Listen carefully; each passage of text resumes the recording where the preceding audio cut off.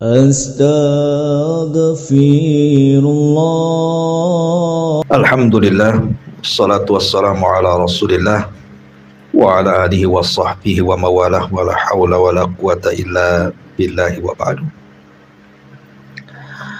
Kita lanjutkan kajian tafsir kita, masih membahas surah Asy-Syams, dan kita masuk pada ayat ke-11 dan seterusnya. A'udzubillahi minasyaitonir rajim. Bismillahirrahmanirrahim. Kadzabat Tsamudu bitaghwaha idzin ba'atsa ashqaha faqala lahum rasulullahi naqatallahi wa suqyaha fakadzabuhu faaqaruha fadamdama alaihim rabbuhum bidzambihim fasawwaha wala yakhafu uqbaha.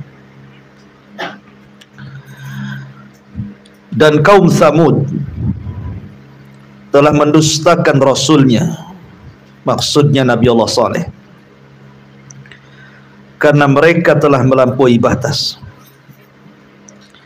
Ketika bangkit orang-orang yang paling celaka di antara mereka, lalu Rasul Allah berkata kepada mereka, biarkanlah unta betina Allah dan minumannya.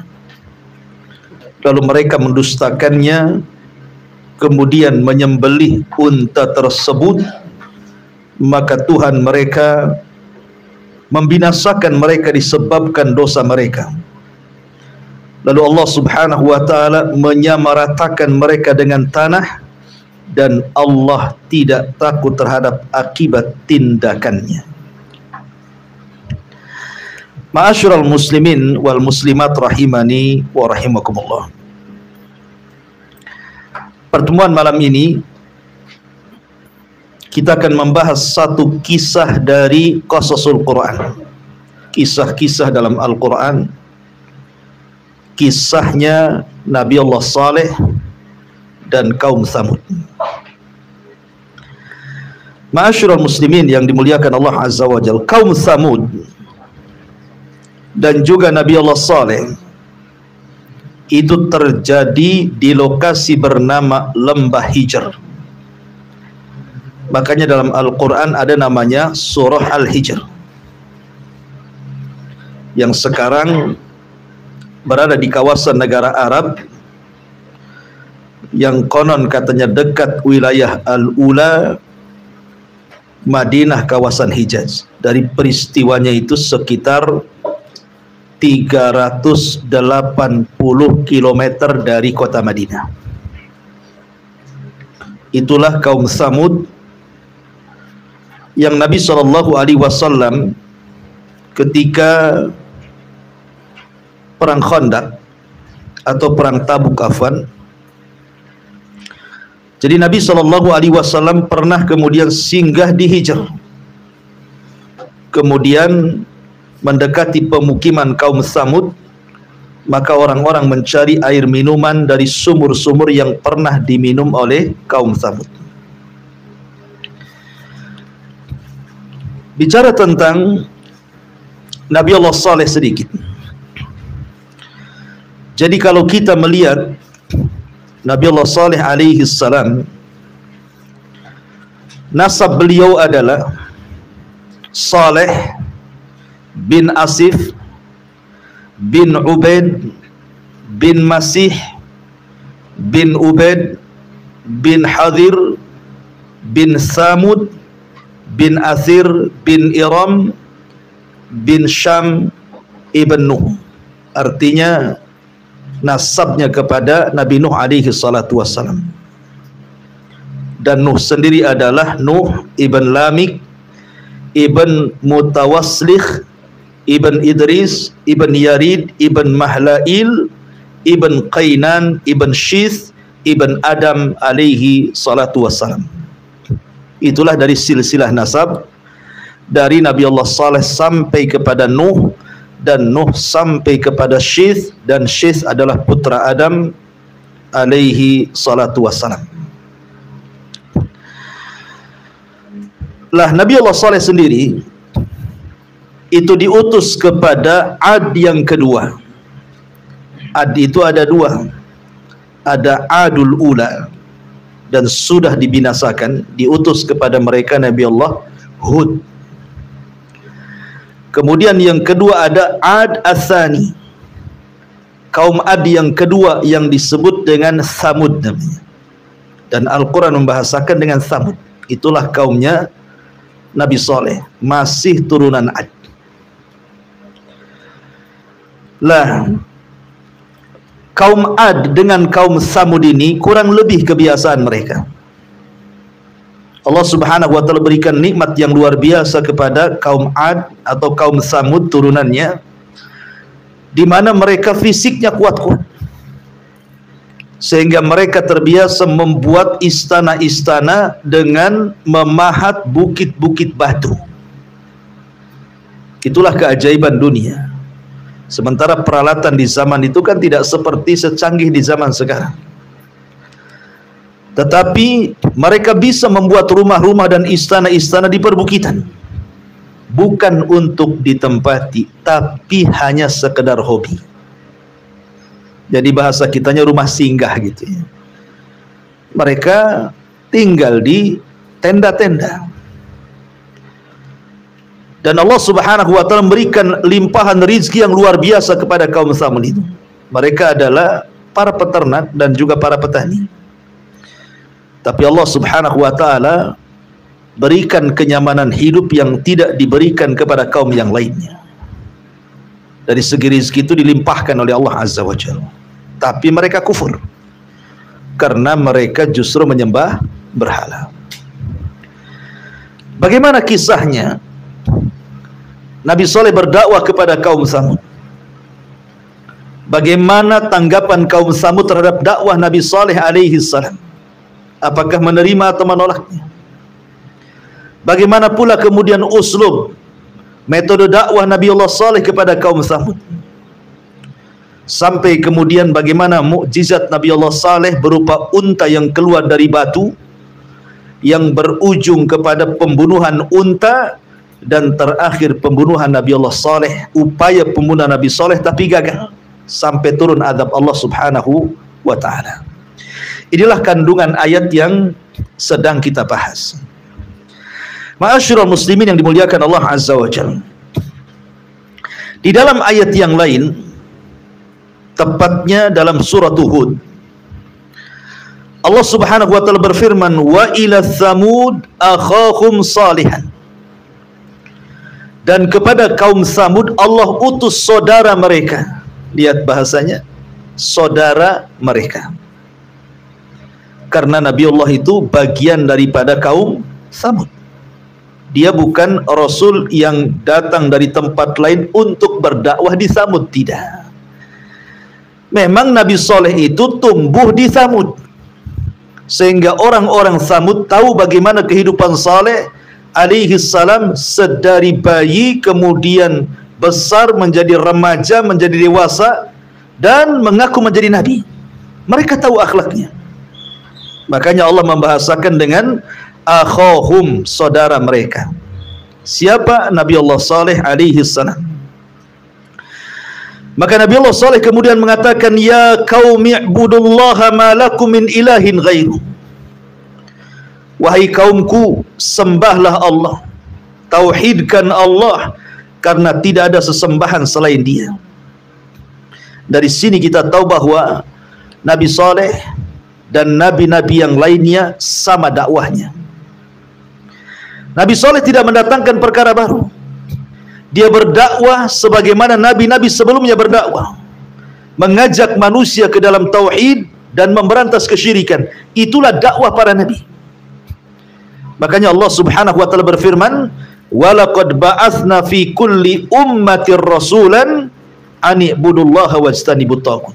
Dan kami utus pada tiap-tiap umat ini seorang rasul, tugasnya menyerukan kepada manusia, sembahlah Allah dan jauhi sesembahan selain daripada Allah alias tauhid. Itulah bendera dakwah para nabi, tauhid. Kemudian ketika Nabi Allah Saleh alaihi salatu wassalam terus mendakwahi kaum Samud kepada tauhid, maka kaum Samud terbagi menjadi dua kelompok. Sunnatul dakwah, ada yang menerima, ada yang menolak. Tetapi kebanyakan yang menolak itu rata-rata adalah para pejabat, orang-orang yang dianggap mulia oleh kaumnya, orang-orang yang tidak mau jadi pengikut, maunya diikut. Dan begitu ya, para pejabat itu maunya orang ikut dia, tapi dia tidak mau mendengar orang lain, sehingga berat bagi mereka menerima hidayah. Dan kebanyakan orang-orang yang menerima dakwahnya Nabi Saleh itu orang-orang lemah, orang-orang susah, orang-orang miskin, persis seperti di permulaan dakwah Nabi. Yang menerima dakwah Nabi itu kebanyakan budak-budak, Bilal ibn Rabah, Salman al-Farisi, kemudian Khabbab ibn Arad, Ammar ibn Yasir, dan begitu seterusnya. Makanya kemudian orang-orang atau para pejabat ini, mereka mengatakan di hadapan orang-orang lemah. Apa kata mereka? Para pejabat ini mengatakan, kadzabat Samudunil mursalin, telah mendustakan kaum Samud para utusan. Idz qala lahum akhuhum Saleh ala tattaqun, ketika Nabi Allah Saleh berkata kepada mereka, tidakkah kalian bertakwa? Inni lakum rasulun amin, saya ini rasul Allah utus kepada kalian, amin, dan saya orang yang amanah. Fattaqullaha wa atiun, bertakwalah kepada Allah dan taati aku. Wa ma as'alukum alaihi min ajrin in ajriya illa ala rabbil alamin. Dan bukan soal urusan dunia, dakwah para nabi itu murni soal tauhid. Makanya apa jawaban orang-orang sombong, para pembesar itu? Qala al-mala'u alladhina istakbaru min qaumihi lilladzina istud'ifu liman amana minhum ata'lamuna anna salihan mursalun min rabbih qalu inna bima ursila bihi mu'minun qala alladzina istakbaru inna billadzi amantum bihi kafirun. Maka mulailah kemudian para pejabat ini menghasut orang-orang lemah yang mengikuti Nabi Saleh itu, kemudian membuat pertanyaan. Dan berkatalah para pembesar yang sombong dari kaum Samud itu kepada orang-orang yang lemah, yang miskin, yang susah, yang mengikuti Nabi Allah Saleh, dan mengatakan, ata'lamuna anna salihan mursalun min rabbi, betul enggak Saleh itu utusan Allah, katanya. Maka orang-orang lemah yang beriman kepada Nabi Saleh langsung meyakinkan bahwa Saleh itu seorang nabi, dan mengatakan, qalu inna bima ursila bihi mu'minun, ya, apapun yang diutus oleh Saleh dari ajaran-ajaran Allah, kami sangat yakin dan kami beriman. Tapi apa jawaban para pembesar itu? Justru terbalik dan mengatakan, qala alladzina istakbaru inna billadzi amantum bihi kafir. Berkata orang-orang sombong, sesungguhnya kami kafir apa yang kalian imani. Dari sini terpecah menjadi dua kelompok.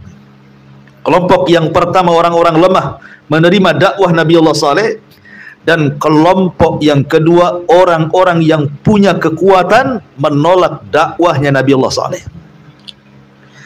Kalau yang menolak itu sudah para pejabat, pemilik harta, dan mereka orang-orang kuat di kaumnya, tentu dakwah akan semakin sulit, ikhwan. Karena mereka pasti dengan upaya mereka akan menghalang-halangi dakwah. Mereka punya segalanya, kan? Jabatan punya, bisa untuk menghalangi dakwah. Harta punya, bisa menghalangi dakwah. Sehingga kesulitan Nabi Saleh akan semakin sulit lagi menghadapi mereka. Dan itu ujian para nabi, seperti itu. Tapi Nabi Allah Saleh itu terus saja berdakwah, mengajak kaumnya untuk mentauhidkan Allah Subhanahu wa ta'ala. Tapi jawaban mereka, mereka tetap berpegang dengan akidah moyang mereka. Ini yang menjadikan hidayah itu sulit masuk itu sebenarnya. Kalau orang masih berpegang dengan ajaran nenek moyang itu, paling sulit hidayah masuk. Lah itu pula yang kemudian kaumnya Nabi Saleh, kaum Tsamud itu tidak mau mengikuti Nabi Allah Saleh, karena mereka masih berpegang dengan nenek moyang mereka. Dan itu disebutkan di dalam Al-Quran. Makanya sedikit sebagai tambahan faedah, ketika kita bercerita tentang kisah keislaman Khalid ibn Walid, keislaman Khalid ibn Walid, Khalid ibn Walid ini ketinggalan Islam itu 20 tahun dengan rekan-rekannya. Abu Bakar, Umar, Uthman, Ali, Abdurrahman bin Auf, Talha, Zubair, mereka sudah masuk Islam di awal-awal. Sampai 13 tahun di kota Mekah belum ada cahaya hidayah masuk kepada Khalid. Sampai pun ketika sahabat sudah sampai di Madinah dan Rasul sudah tinggal 6 tahun di kota Madinah, belum pun ada cahaya hidayah masuk pada Khalid bin Walid. Baru pada tahun ke-7 Hijriah baru Khalid masuk Islam. Artinya sudah 20 tahun ketinggalan dengan rekan-rekannya Khalid ini. Harusnya orang secerdas Khalid, bagaimana tidak cerdas? Abu Bakar menjadikan Khalid itu panglima perang, itu karena kecerdasan. Tetapi Khalid ibn Walid tidak pun masuk Islam, padahal dia orang cerdas. Jadi ketika Khalid bin Walid ini sudah masuk Islam, ditanyalah sama yang lain, ya Khalid, orang sepertimu harusnya sudah masuk Islam duluan. Kenapa sudah 20 tahun baru kau masuk Islam? Lihat jawaban Khalid. Dia mengatakan, dulu kami dipimpin oleh orang-orang yang menurut kami akal mereka lebih besar dibandingkan gunung, katanya. Seperti Abu Jahal, Umayyah, Abu Lahab, dan yang lainnya. Jadi Khalid itu gandrung dengan kehebatan Abu Lahab, kecerdasan Abu Lahab, kemuliaan Abu Lahab di mata Khalid, sehingga menutup kecerdasan Khalid. Khalid tidak berpikir, karena ketika itu Khalid hanya taklid saja. Dia masih gandrung dengan tokoh-tokoh Quraisy sehingga tidak ada kebenaran yang masuk, karena masih memuji Abu Lahab dan konco-konconya. Baru setelah mereka semua mati, tokoh-tokoh Quraisy itu mati di perang Badar, dan tokoh-tokoh yang lainnya meninggal setelahnya, kemudian Khalid sudah tidak dikekang lagi oleh para penguasa, oleh para pendahulunya yang menasabkan kepada moyang-moyangnya. Baru Khalid berpikir sendiri. Setelah dia yang jadi tokoh-tokohnya sudah mati, dia jadi tokoh jadinya. Baru dia berpikir, menimbang tentang dakwah Nabi SAW, baru masuk hidayah. Berarti yang menghalangi Khalid masuk Islam itu apa? Karena taklid buta kepada Abu Jahal dan kawan-kawannya. Dari sini bahayanya taklid buta. Susah menerima kebenaran kepada orang yang taklid itu. Kalau antum mendakwahi saudara antum di kampung, kalau dia masih kemudian mengekor kepada ajaran moyangnya, susah itu hidayah masuk. Jangan sekelas Khalid ibn Walid, sekelas Abu Thalib. Kurang apa Abu Thalib dekat-dekatnya dengan Rasul? Dia mencintai Rasul, Rasul pun mencintai dia. Dan Abu Thalib menyaksikan mukjizat. Abu Thalib menyaksikan bagaimana akhlaknya keponakannya sendiri. Tetapi saat-saat detik wafatnya, Nabi SAW tidak hendak Abu Thalib mati kafir. Dia talkin tuh di telinga Abu Thalib tuh. Tapi di sampingnya ada Abu Jahal dan Abdullah ibn Salamah, saudara daripada Ummu Salamah. Ketika Nabi SAW mengatakan, Kul ya ammi la ilaha illallah, katakan wahai pamanku la ilaha illallah, kata Abdullah ibn Salamah, ibn Abi Salamah mengatakan, Ya Aba Talib, atarghabu an millati Abdul Muttalib. Wahai Abu Talib, kau benci dengan agama moyangmu Abdul Muttalib. Fasakat, Abu Talib pun diam, tidak merespon talkinnya Rasul, dan dia hanya diam saja sampai akhirnya ruhnya melesat dan keluar dari jasadnya. Dia tidak mengucap la ilaha illallah. Kenapa coba? Karena terpengaruh ucapan Abdullah ibn Abi Salamah. Apakah engkau benci dengan agama moyangmu Abdul Muthalib? Gitu ya. Dari sini menunjukkan bahwa bahayanya ajaran nenek moyang. Itu yang menjadikan kaum Samud susah untuk didakwai Nabi Saleh. Karena mereka masih berpegang dengan ajaran moyang-moyang mereka, gitu maksudnya. Makanya Saleh menembus dakwah mereka itu sulit sekali. Dengan berbagai macam upaya. Mulai dengan mengingatkan nikmat Allah kepada mereka. Kalian ini para pengganti penguasa kaum Ad. Allah berikan kelebihan kalian, Allah berikan nikmat yang banyak. Macam-macam Nabi Saleh itu mengingatkan nikmat Allah kepada mereka. Belum lagi kemudian Nabi Saleh kemudian berusaha untuk inzar, memperingati mereka. Tetapi memang hidayah itu milik Allah, bukan milik Nabi Saleh. Kaum Samud tidak beriman juga. Ya. Dari sini kita tahu bahwa taufik itu bukan dari manusia, taufik itu datang dari Allah.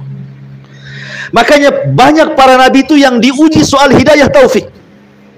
Dimulai daripada Nuh alaihi salam, atau dimulai daripada Adam alaihi salatu wassalam tidak bisa menyadarkan Qabil. Kemudian Nuh alaihi salatu wassalam tidak bisa menyadarkan Kan'an putranya juga. Kemudian Nabi Allah Ibrahim alaihi salatu wassalam tidak bisa menyadarkan ayahnya Azar. Kemudian saudara-saudara Nabi Yusuf yang mencelakakan Nabi Allah Yusuf alaihi salam. Kemudian Nabi Nuh tidak bisa menyadarkan istrinya, tetap saja istrinya kafir. Nabi Lut juga tidak bisa menyadarkan istrinya, tetap juga kafir. Bahkan Rasul kita Muhammad SAW juga tidak bisa menyadarkan Abu Talib, orang yang paling dicinta dan paling dekat dalam hidupnya. Dari sini taufik itu milik Allah. Makanya Nabi Saleh pun dengan berbagai macam uslub, upaya dakwah dari mulai yang lembut sampai yang kasar, yang keras, tidak juga kaum Samud itu beriman kecuali sedikit. Ya. Ma'asyiral muslimin, maka dari sini juga pelajaran bagi seorang duat, ya, bagi seorang dai, bahwa kewajiban kita hanya menyampaikan. Soal dia dapat hidayah atau dia, serahkan kepada Allah seraya berdoa agar Allah mengirimkan hidayahnya kepada orang itu. Dan jangan pernah bosan. Karena kita tidak dituntut memaksa orang. Kita hanya dituntut menyampaikan kebenaran, itu saja. Ya.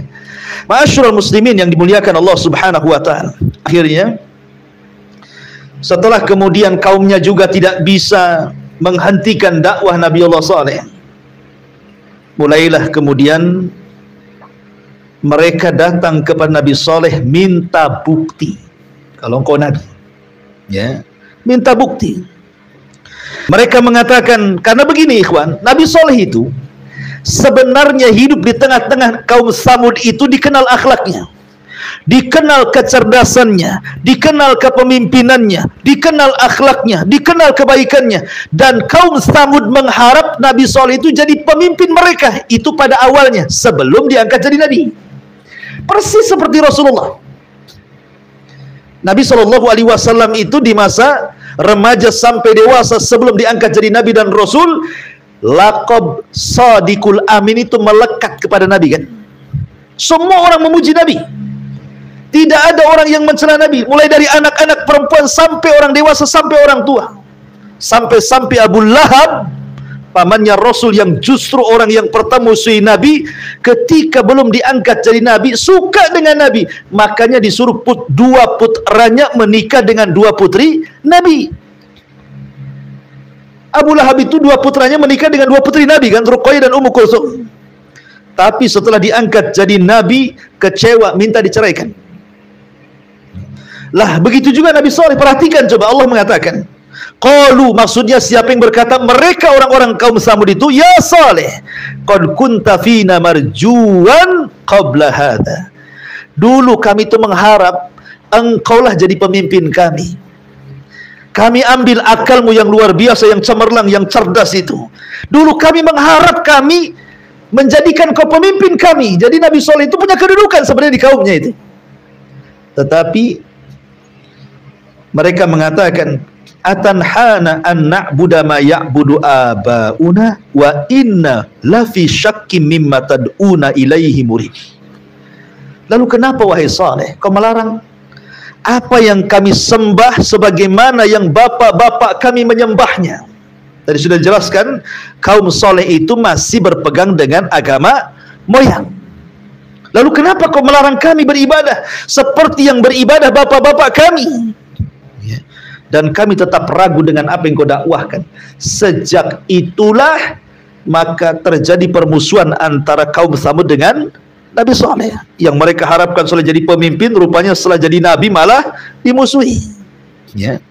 Ma'asyiral muslimin yang dimuliakan Allah Azza wa Jalla, ketika mereka sudah bosan mungkin ya, tidak bisa menghentikan dakwah Nabi Saleh, mulailah mereka meminta bukti.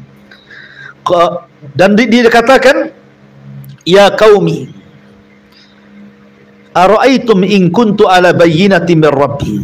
Bagaimana kalau seandainya betul-betul aku ini punya bukti aku utusan Allah? Apakah kalian mau beriman? Ya. Maka mereka mengatakan, kalau memang engkau seorang nabi, buktikan.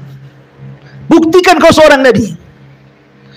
Dalam kisah Israiliyat, karena nanti ada perbedaan kisah Quran dengan Israiliyat. Dalam kisah Israiliyat, maka kemudian kaum Nabi Saleh mengajak Nabi Allah Saleh ke sebuah batu yang sangat besar. Kemudian mereka mengatakan, kalau engkau memang seorang nabi, kami siap beriman denganmu, tapi syaratnya tolong keluarkan unta bunting 10 bulan.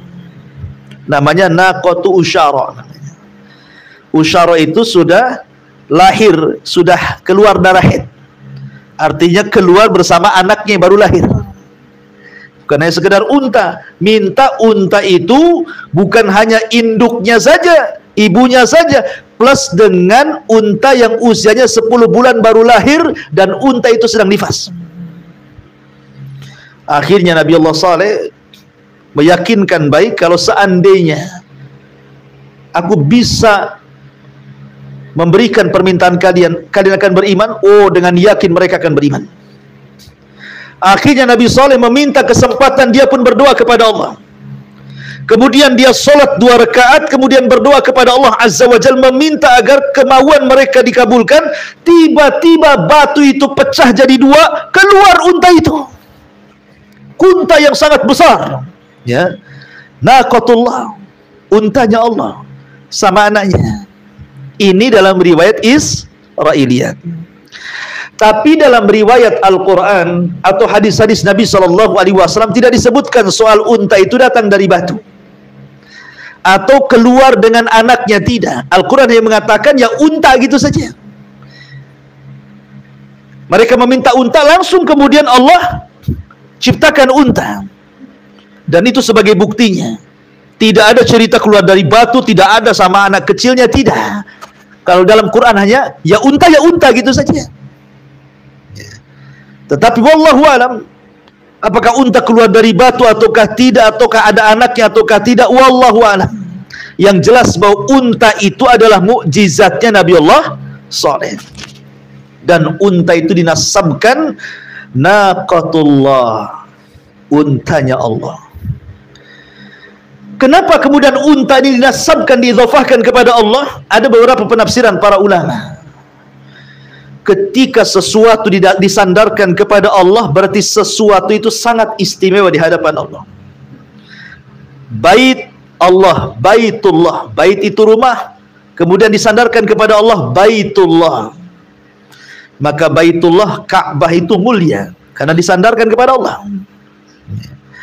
Kemudian yang kedua, ruhullah, ruhnya Allah, maksudnya Jibril. Maka Jibril adalah malaikat yang paling mulia di antara seluruh malaikat karena dinasabkan kepada Allah.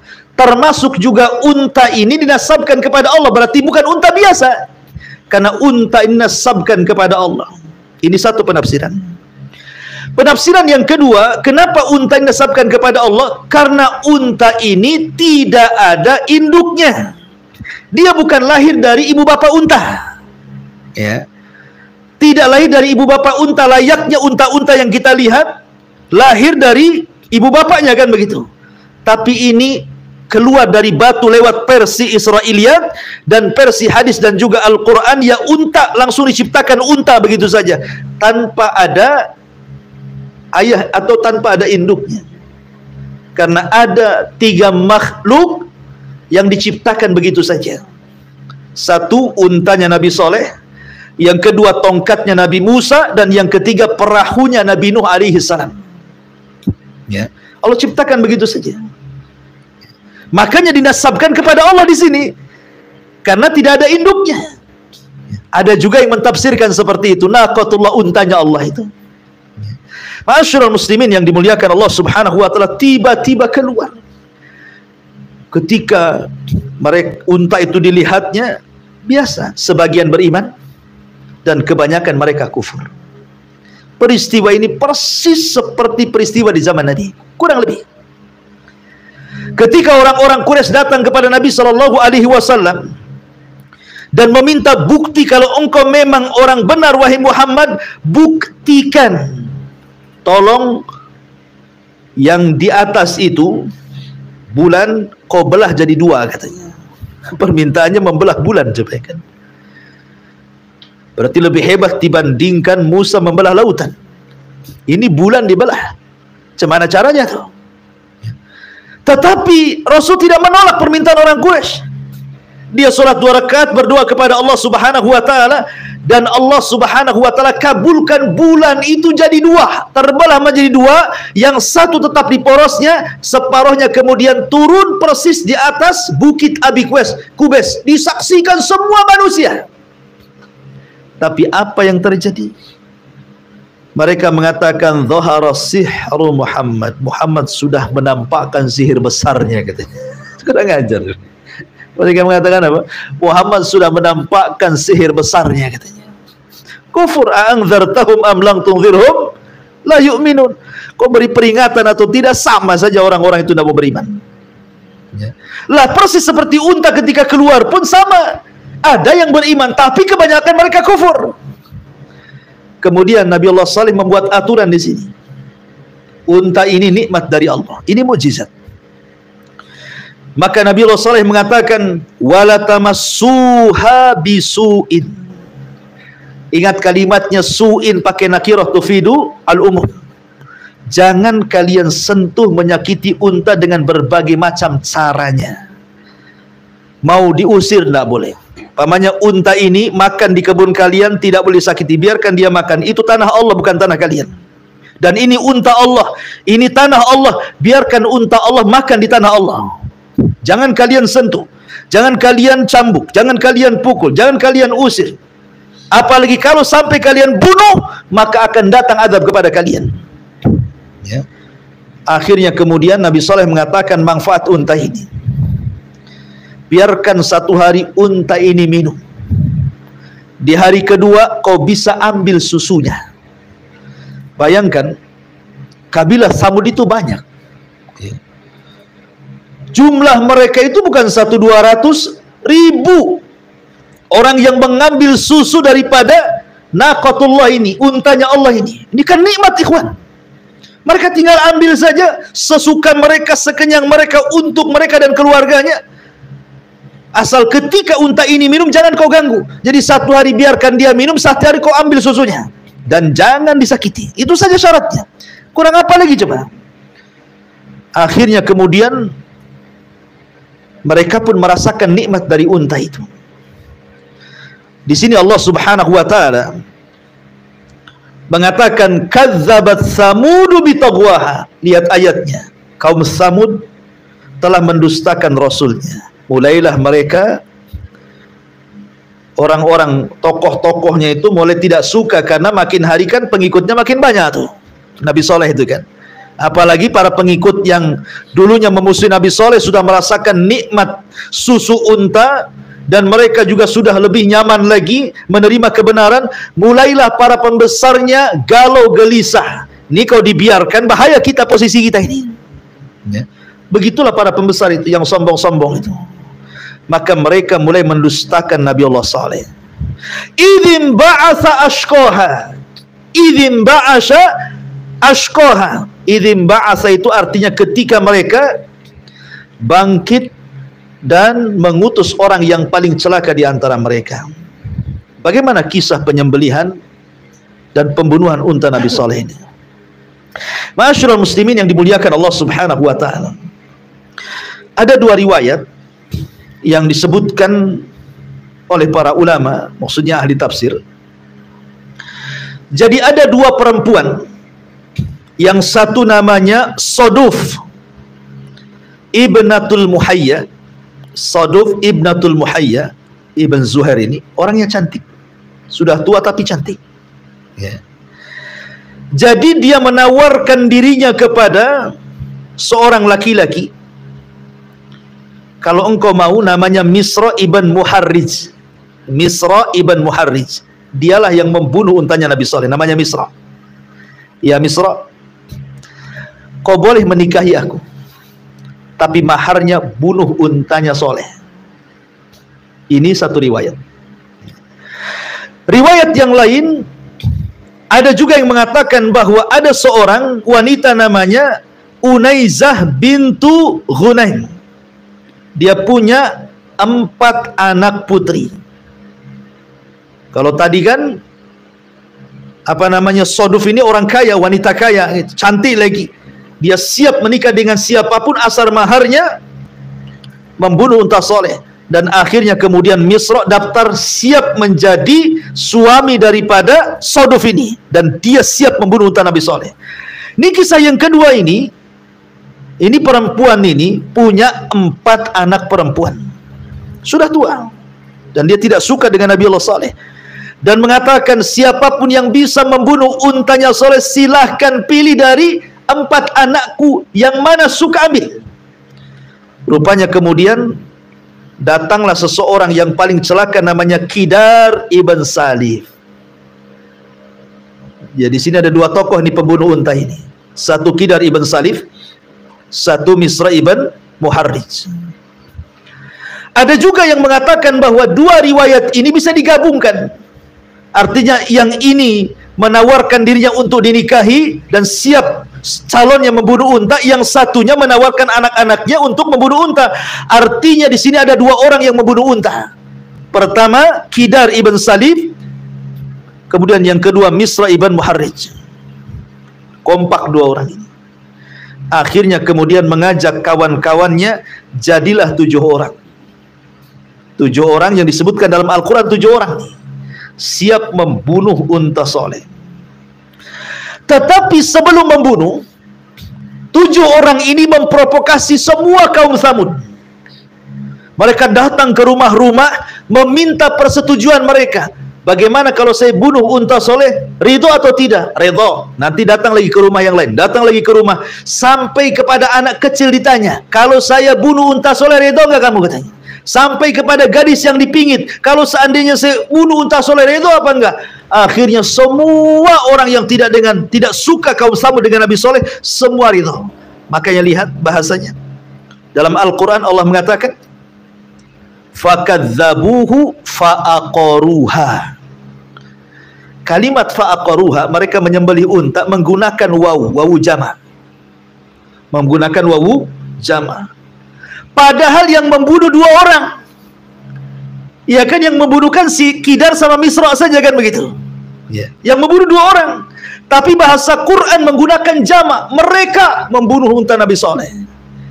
Karena tidaklah 2 orang itu membunuh kecuali karena kaum Tsamud sudah sepakat. Makanya bahasa Quran menggunakan jama', karena semua sepakat, gitu maksudnya. Paham di sini ya? Fa'aqaruha, mereka semua membunuhnya. Ma'asyiral muslimin yang dimuliakan Allah Azza wa Jalla. Maka ketika kemudian unta itu sedang minum, sedang asik-asiknya, maka Misra kemudian melempar tombaknya persis mengenai kaki unta, robohlah unta itu. Ketika roboh unta itu, para wanita-wanita kaum Tsamud mulai mereka berteriak-teriak di kampung-kampung dan mengatakan, bunuh unta itu, bunuh unta itu. Maka Kidar ibn Salif, eksekutor, mencabut pedang, kemudian menusuk jantung dan hati unta itu, kemudian menyembelihnya, mengulitinya, dan memakan dagingnya, dibagi-bagikan orang-orang. Kalau dalam riwayat Israiliyat, Maka anak unta itu kan dia keluar bersama anaknya. Maka anaknya kemudian lari dari induknya ke atas bukit, kemudian berteriak 3 kali teriak, ummi, ummi, ibuku, ibuku, bahasa seperti itu, kemudian masuk ke dalam batu. Ada juga yang mengatakan bahwa yang kecil juga anaknya dibantai dengan ibunya sekali. Tapi dalam riwayat Al-Quran tidak dijelaskan soal anak ini. Yang jelas unta itu dibunuh, gitu saja, selesai. Ini kan cerita Israiliyat kan itu ya. Ma'asyiral muslimin yang dimuliakan Allah Subhanahu wa taala. Makanya Allah mengatakan faqala lahum Rasulullah naqatallahi wa suqyaha fakadzabuhu, mereka mendustakan, fa'aqaruha, mereka pun kemudian membunuh dan membantai unta itu. Selesai ini membantai unta ini, maka rupanya mereka mulai merencanakan bukan hanya untuk membunuh unta. Unta sudah selesai. Justru mereka hendak membunuh Nabi Allah Saleh alaihi salatu wassalam. Jadi rencana mereka itu sudah luar biasa, keterlaluan ikhwan. Makar mereka sudah luar biasa. Pertama, mereka sudah tidak mau mengikuti ajaran Nabi Saleh. Yang kedua, mereka istihza, menguluk-uluk, mengolok-olok dakwahnya Nabi Saleh. Yang ketiga, mereka menyembelih mukjizatnya Nabi Saleh. Sekarang sudah puncak yang luar biasa, kriminal mereka hendak membunuh Nabi Saleh dan keluarganya di malam hari. Ini kan udah puncak kegilaan namanya. Ya. Ma'asyiral muslimin yang dimuliakan Allah Subhanahu wa taala. Dan itu dijelaskan di dalam Al-Qur'anul Karim bagaimana niat mereka untuk membunuh Nabi Allah Saleh alaihi salatu wassalam. Jadi mereka akan membunuh malam-malam. Kalau sudah membunuh, maka mereka akan tauriah, saya tidak tahu, pokoknya dia sudah mati gitu saja. Itu kan kurang ajar tuh ya. Jadi lempar batu sembunyi tangan bahasanya. Tapi Allah itu lebih dahsyat dari makar mereka. Tiba-tiba ma'asyiral muslimin yang dimuliakan Allah Subhanahu wa taala, mereka kan awalnya ngejek juga sama Nabi Allah Saleh alaihi salatu wassalam untuk ditampakkan azab kan. Mereka mengatakan di hadapan Nabi Allah Saleh alaihi salatu wassalam, coba kalau engkau seorang nabi, tampakkan azabmu, katanya. Ini setelah membunuh unta nih. Datang kepada Nabi Saleh dan mengatakan, kalau engkau seorang nabi, datangkan azab kepada kami. Oh, ini udah lancang ikhwan. Fa'tina bima ta'iduna, katanya. Datangkan apa yang kau janjikan, katanya. Ma'asyiral muslimin, kemudian malam harinya mereka hendak membunuh Nabi Saleh. Tetapi Allah Subhanahu wa taala firmankan di dalam Al-Qur'anul Karim, wa akhadal ladzina zalamu sayhatan fa asbahu fi diyarihim jathimin. Maka Allah Subhanahu wa taala mengutus Jibril untuk apa? Untuk berteriak dari langit. Dan ini menunjukkan bahwa malaikat Jibril itu dzu quwwatin inda dzil arsy makin, memiliki kekuatan. Salah satu kekuatan Jibril itu adalah mengazab kaum yang kufur kepada Allah. Lihat bagaimana 4 atau 5 kabilah kaum Sodom dihancurkan oleh Jibril dengan satu sayap. Sekarang kaum Tsamud juga sama. Allah Subhanahu wa taala merintahkan Jibril untuk berteriak sekali teriakan, tiba-tiba kemudian Jibril berteriak satu teriakan, terjadi gempa luar biasa, akhirnya semua menjadi jasad-jasad tak bernyawa, diratakan mereka dengan tanah. Begitulah Allah Subhanahu wa taala azab mereka, karena sudah melampau masa mereka menantang azab, kan begitu. Makanya kemudian pelajarannya Allah mengatakan ka'allam yagnau fiha illa inna samuda kafaru rabbahum ala bu'dan li samud. Seolah-olah tidak terjadi apa-apa, seolah-olah hidup itu hanya sesaat, tiba-tiba mereka Allah hancurkan ya. Jadi kalau kita melihat bagaimana Allah Subhanahu wa taala menghancurkan dengan sesaat, tiba-tiba satu Samud dihancurkan oleh Allah kecuali orang yang beriman, seolah-olah dunia itu lewat begitu saja. Lihat coba kalau antum lihat tsunami ataupun gempa gitu ya, hitungannya bukan jam, hitungannya bukan hari kan, hitungannya detik. Tahu-tahu rumah mewah jadi roboh saja. Dia bangun itu bukan setahun 2 tahun, terkadang rumah itu dia bangun berpuluh-puluh tahun loh ya. Berpuluh-puluh tahun dia bangun rumah itu. Sampai megah, sampai mentereng. Tiba-tiba hitungan detik roboh. Seolah-olah tidak pernah dibangun. Dari sini ada faedah ikhwatu fiddin bahwa dunia ini kehidupan sementara. Kalau Allah mau ambil, Allah ambil kan itu. Kalau Allah mau, Allah biarkan. Makanya Allah Subhanahu wa taala mengatakan fadzamdama alaihim rabbuhum bidzambihim fasawwaha. Lalu Allah membinasakan mereka disebabkan dosa mereka dan Allah menyamaratakan mereka dengan tanah.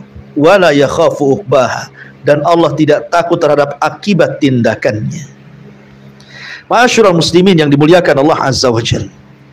Di zaman Nabi sallallahu alaihi wasallam, Ali radhiyallahu an pernah berbincang-bincang dalam riwayat Ammar ibn Yasir bersama Nabi.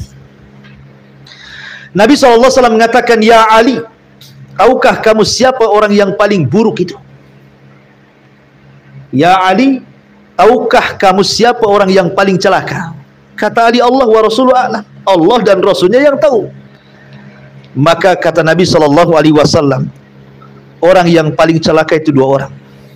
Pertama yang membunuh untanya Nabi Saleh, dan yang kedua qataluki atau qatiluki, orang yang akan membunuhmu. Karena Ali kan dibunuh tuh oleh siapa? Abdurrahman ibn Mulzam. Ya. Hafidh Quran.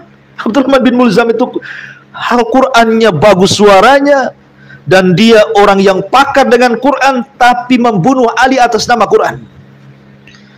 Makanya Rasul mengatakan orang yang paling buruk itu 2. Yang pertama pembunuh untanya Nabi Allah Saleh, dan yang kedua yang membunuhmu. Ya. Bagaimana Allah Subhanahu wa taala atau Rasulullah SAW mengatakan seburuk-buruk orang adalah orang yang membunuh untanya Nabi Saleh. Dan itu seburuk-buruk karena unta ini nasabkan kepada Allah Azza wa Jalla. Nasab tasyrif, mulia. Bagaimana unta yang mulia bisa dibunuh? Ya. Makanya akhirnya Allah Subhanahu wa taala murka, dan Allah mengatakan di dalam ayat ini wala yakhafu uqbaha, dan Allah tidak takut terhadap akibat tindakannya ketika mengadab kaum Tsamud. Wallahu alam. Ini diantara kisah Nabi Saleh, singkat, padat gitu ya, dari surah Asy-Syams ayat 11 sampai ke 15. Sebenarnya kisah Nabi Saleh ini banyak ditebar dan disebar di beberapa ayat dalam Al-Quran. Di antaranya antum bisa baca dalam surah Fussilat, kemudian dalam surah Hud, kemudian dalam surah Al-A'raf, kemudian dalam surah Asy-Syu'ara, kemudian dalam surah An-Naml, kemudian dalam surah Al-Fajr, termasuk juga dalam surah Al-Qamar. Kalau antum baca surat-surat ini, kemudian antum perhatikan antara ayat satu dengan yang lainnya, maka kisah ini akan nyambung. Jadi saya ini hanya memberikan kisah secara global supaya antum paham ketika membaca ayat-ayat ini dan menggabungkan menjadi sebuah kisah. Ya. Dan kisah dalam Al-Quran ini sekali lagi bukan dongeng, bukan dongeng pengantar tidur. Saya terkadang baca di YouTube komentar itu, ya enak nih dengar ceramah Ustadz ini sampai bisa tidur. Jadi suara saya didengar itu untuk nyanyian tidur. Sampai komentar itu, kalau anda tidak bisa tidur, dengarkan kajian Abu Umairah katanya. Nanti tidur itu kan. Ini gimana ceritanya? Masa kajian untuk supaya tertidur? Ya. Jadi ibrah dalam Al-Quran itu nggak mungkinlah Allah kisahkan satu kisah tidak ada pelajaran di dalamnya. Pasti ada pelajaran. Ya. Jadi ketika kita mengkisahkan qasasul anbiya, kisah-kisah para nabi, kisah-kisah orang terdahulu, itu ada ibrah dan pelajaran di situ. Pelajaran besar. Bagaimana Allah Subhanahu wa taala mengadab orang-orang yang menentang para nabinya, dan bagaimana usaha para nabi untuk memberikan hidayah kepada umatnya sehingga kita makin kokoh keimanannya, kan begitu. Bukan hanya cerita dongeng-dongeng semata. Tapi lebih dari itu, petiklah ibrahnya. Ya, petik ibrahnya. Jangan dilihat tentang kasus tentang siapa berkasus dalam ayat itu, atau siapa yang bercerita dalam ayat itu, atau siapa yang objek cerita dalam ayat itu. Tetapi umumnya lafaz itu menjadi ibrah bagi kita, dan semua ayat dalam Al-Quran itu lafaz-lafaznya ada ibrah bagi kita. Ya. Wallahu alam, ini yang bisa saya terangkan karena memang ayatnya juga tidak banyak, kisahnya tidak lengkap, dan dilengkapi dengan surat-surat yang tadi saya sebutkan. Nanti bisa baca sendiri. Karena juga waktu, insyaallah kita akan beralih kepada surat yang lainnya. Wallahu alam. Sebelum saya tutup, silakan kalau ada orang yang bertanya. Iya.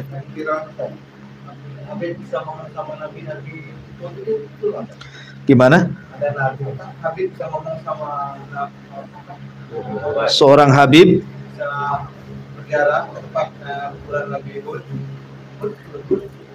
berziarah kepada Nabi Hud, kemudian berbincang-bincang dengan Nabiullah Hud. Wallahu a'lam. Wallahu a'lam. Ya gimana orang sudah meninggal walaupun para nabi? Ya. Itu kayaknya terlalu halu. Ya, mungkin halunya terlalu tinggi ya. Ya. Gimana?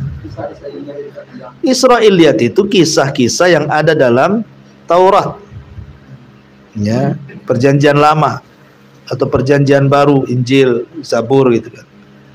Jadi kalau disebut Israiliyat artinya kisah-kisah yang ada pada kitab Taurat. Kitab Taurat sendiri sudah tidak asli lagi masalahnya.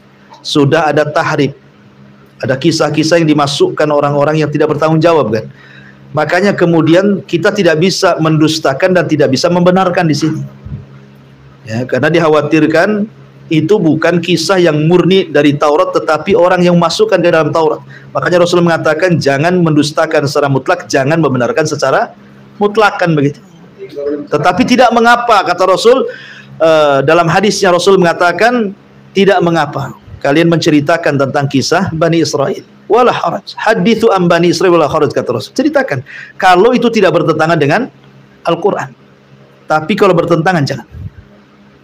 Kalau bertentangan, jangan. Seperti contohnya, ada sebagian kisah-kisah Israiliyat menuduh para nabi. Itu dengan tuduhan-tuduhan keji. Seperti menuduh Nabi Sulaiman penyihir. Makanya Allah bantah dalam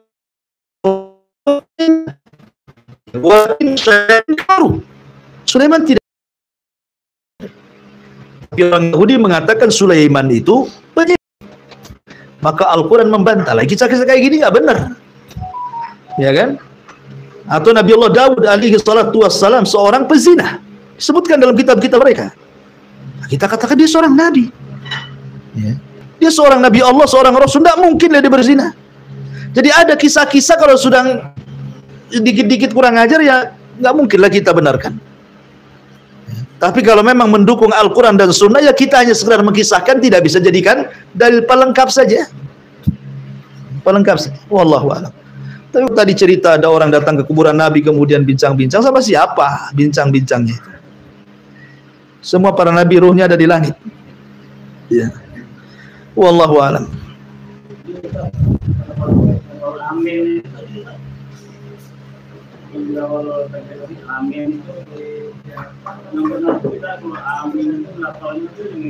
Waladhdallin, amin. Ada dua bacaan.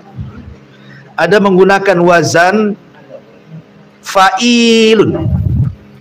Fa'ilun. Amin. Ya. Jadi dipanjangkan amin. Fa'il. Ya. Ada fa'ilun.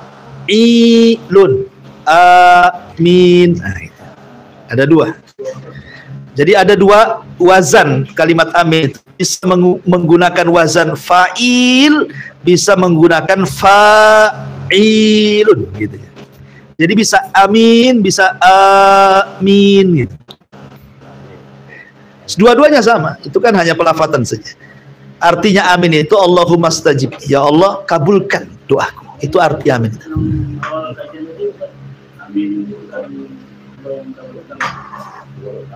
Amin. Kenapa?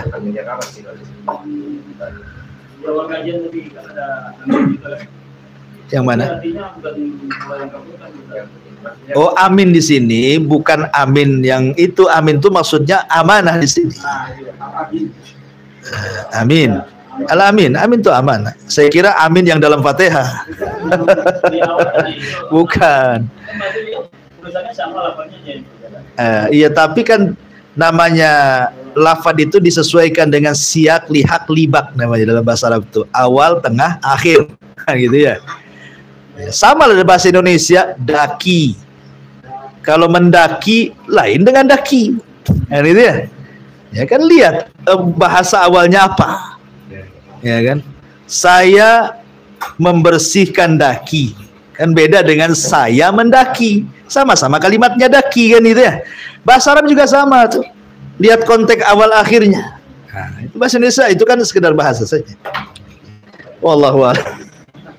Iya. Iya. Iya, saya kira cukup. Mudah-mudahan ada manfaat. Ada lagi? Silakan. Boleh? Iya, bulan Muharram. Tadi saya dikatakan di masjid. Ketika itu dia baca hadis dari Hafsah, katanya barang siapa berpuasa di akhir bulan, ya akhir bulan Dzulhijjah dan satu hari, terus awal bulan Asyura satu hari, maka dia bisa selama 40 tahun. Ada hadis itu dhaif, maudhu. Hadis palsu. Ya. Hadis palsu, tidak perlu antum. Jadi bulan Muharram itu adalah tempat, kalaupun memang ada keutamaan ya, karena bulan Muharram itu adalah bulan Asyurul Hurum. Tapi tidak ada ibadah khusus. Ibadah umum yang ada, karena setiap Asyurul Hurum ibadah apapun ditingkatkan pahalanya, maksiat apapun ditingkatkan dosanya. Itu sih. Yaitu nanti puasa cuma satu. Yang ibadah khusus itu cuma satu, yang disebut dengan Asyura. Itu pun cuma satu hari. Ibadah khususnya cuma satu, puasa Asyura. Ya. Tapi kalau yang ramai di masyarakat ada sholat malam khusus, baca Yasin khusus gitu ya. Ya sebenarnya seorang khatib, seorang duat, kalau dia menyampaikan sebuah riwayat dan riwayat itu jelas-jelas palsu, maka kewajiban dia harus menjelaskan derajat hadis. Harus ada derajat hadisnya. Sebutkan ini hadis palsu, ini maudhu, ini dhaif, harus begitu. Supaya masyarakat tahu. Tapi kalau tidak disebutkan ini hadis palsu, ya disangkanya masalah hadis sahih. Oh, mereka ngikut ustadznya saja. Kan begitu. Karena ada hadis ancaman, Rasul mengatakan dalam sebuah hadis Nabi SAW, barang siapa yang mengada-ada atas namaku falyatabawa maq'adahu minan nar. Silakan tempat duduknya di neraka, kata Rasul. Terus dijelaskan.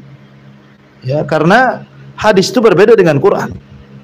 Hadis itu diteliti para ulama, dan alhamdulillah semenjak kitab-kitab hadis dibukukan, ada Bukhari, ada Muslim, ada Abi Dawud, ada Tirmidzi, ada Nasai, pemeriksaan soal perawi hadis berhenti sampai di sini. Adapun kita sampai ke mereka para mukharrij, tidak perlu diteliti. Ngapain diteliti? Sudah terbukukan. Dan alhamdulillah para ulama jarh wa ta'dil, para ulama ilal, mereka sudah membukukan mana hadis maudhu, palsu, mana hadis lemah, mana hadis sahih. Semua sudah ada bukunya. Tinggal diarahkan ke buku-buku tersebut. Kita sudah tidak capek-capek lagi meneliti. Ngapain kita meneliti? Emang berapalah kemampuan kita meneliti hadis? Ya. Jadi penelitian itu sudah selesai ketika terbukukan kutubu sittah, kutubu tis'ah. Sudah selesai. Penelitian terhenti sampai di sini. Adapun setelah itu tidak ada penelitian lagi. Kita cukup mengambil marojinya saja tuh. Buka Sahih Bukhari, Sahih Muslim, itu sudah cukup. Yang diteliti mulai dari Bukhari sampai ke Nabi, dan itu pun sudah diteliti para ulama. Ya.